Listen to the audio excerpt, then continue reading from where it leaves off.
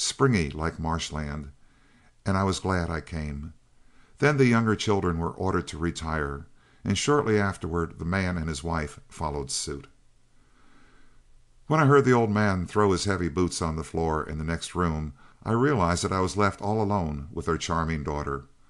All my fears of the early part of the evening tried to crowd on me again, but were calmed by the girl, who sang and played on the piano with no audience but me.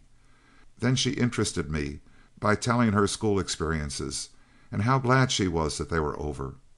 Finally she lugged out a great big family album and sat down beside me on one of these horsehair sofas. That album had a clasp on it, a buckle of pure silver, same as these $18 bridles.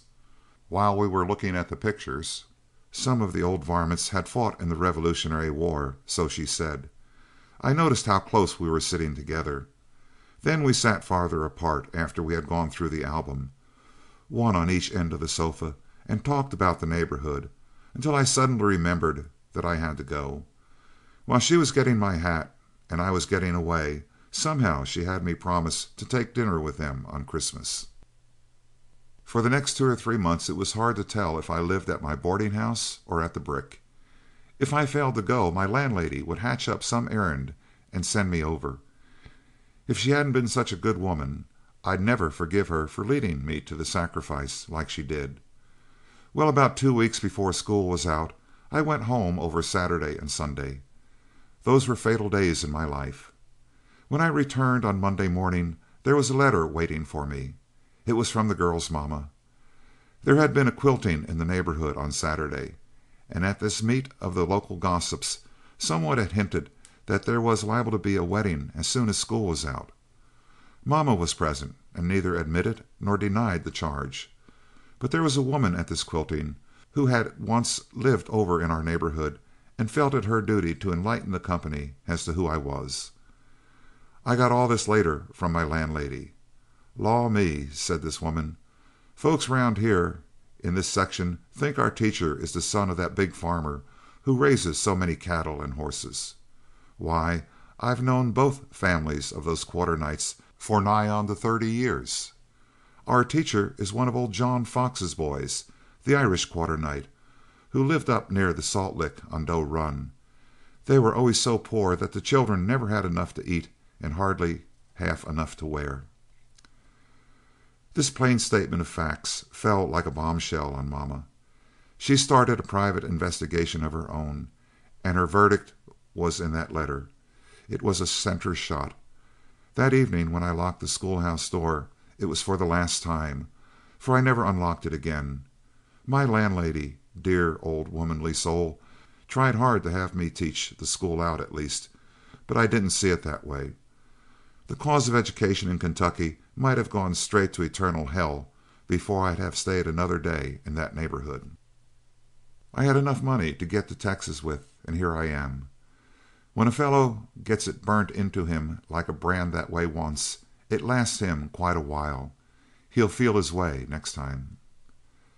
"That was rather a raw deal to give a fellow," said Officer, who had been listening while playing cards. "Didn't you ever see that girl again?" "No, nor you wouldn't want to either if that letter had been written to you. And some folks claim that 7 is a lucky number. There were 7 boys in our family, and nary one ever married." "That experience of Fox's," remarked Honeyman, after a short silence, "is almost similar to one I had. Before Loveland Flood adopted me, I worked for a horseman down on the Nueces. Every year he drove up the trail a large herd of horse stock. We drove to the same point on the trail each year, and I happened to get acquainted up there with a family that had several girls in it. The youngest girl in the family and I seemed to understand each other fairly well. I had to stay at the horse camp most of the time, and in one way or another did not get to see her as much as I would have liked. When we sold out the herd, I hung around for a week or so and spent a month's wages showing her the cloud with the silver lining. She stood it all easy, too. When the outfit went home, of course, I went with them. I was banking pretty strong, however, the next year, if there was a good market in horses, I'd take her home with me. I had saved my wages and rustled around, and when we started up the trail next year I had 40 horses of my own in the herd. I had figured they would bring me $1,000, and there was my wages besides. When we reached this place we held the herd out 20 miles, so it was some time before I got into town to see the girl. But the first time I did get to see her, I learned that an older sister of hers, who had run away with some renegade from Texas a year or so before, had drifted back home lately with tears in her eyes and a big fat baby boy in her arms. She warned me to keep away from the house, for men from Texas were at a slight discount right then in that family. The girl seemed to regret it and talked reasonable, and I thought I could see encouragement. I didn't crowd matters, nor did her folks forget me when they heard that Byler had come in with a horse herd from the Nueces.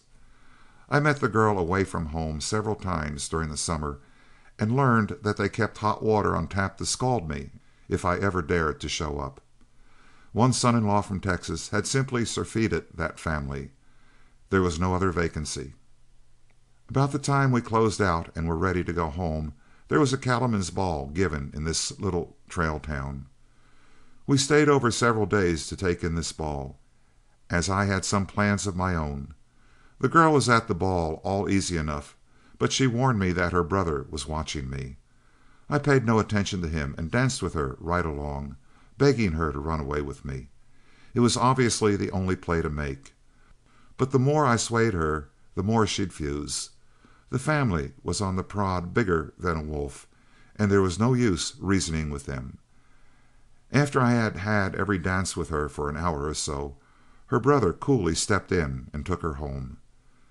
The next morning he felt it his duty, as his sister's protector, to hunt me up and inform me that if I ever spoke to his sister again, he'd shoot me like a dog. "Is that a bluff, or do you mean it for a real play?" I inquired politely. "You'll find that it will be real enough," he answered angrily. "Well, now, that's too bad," I answered. "I'm really sorry that I can't promise to respect your request, but this much I can assure you. Any time that you have the leisure or want to shoot me, just cut loose your dog, but remember this one thing, that it will be my second shot." "Are you sure you wasn't running a blazer yourself, or is the wind merely rising?" inquired Durham, while I was shuffling the cards for the next deal. "Well, if I was, I hung up my gentle honk before his eyes and ears and gave him free license to call it. The truth is, I didn't pay any more attention to him than I would to an empty bottle. I reckoned the girl was all right, but the family were these razor-backed barnyard savages. It makes me hot under the collar yet when I think of it. They'd have lawed me if I had, but I ought to have shot him and checked the breed." "Why didn't you run off with her?" inquired Fox dryly. "Well, of course a man of your nerve is always capable of advising others, but you see, I'm strong on the breed. Now a girl can't show her true colors like the girl's brothers did, but get her in the harness once, and then she'll show you the white of her eye, balk, and possibly kick over the wagon tongue. No, I believe in the breed. Blood'll tell." "I worked for a cowman once," said Bull irreverently, "and they told it on him that he lost $20,000 the night he was married." "How, gambling?" I inquired.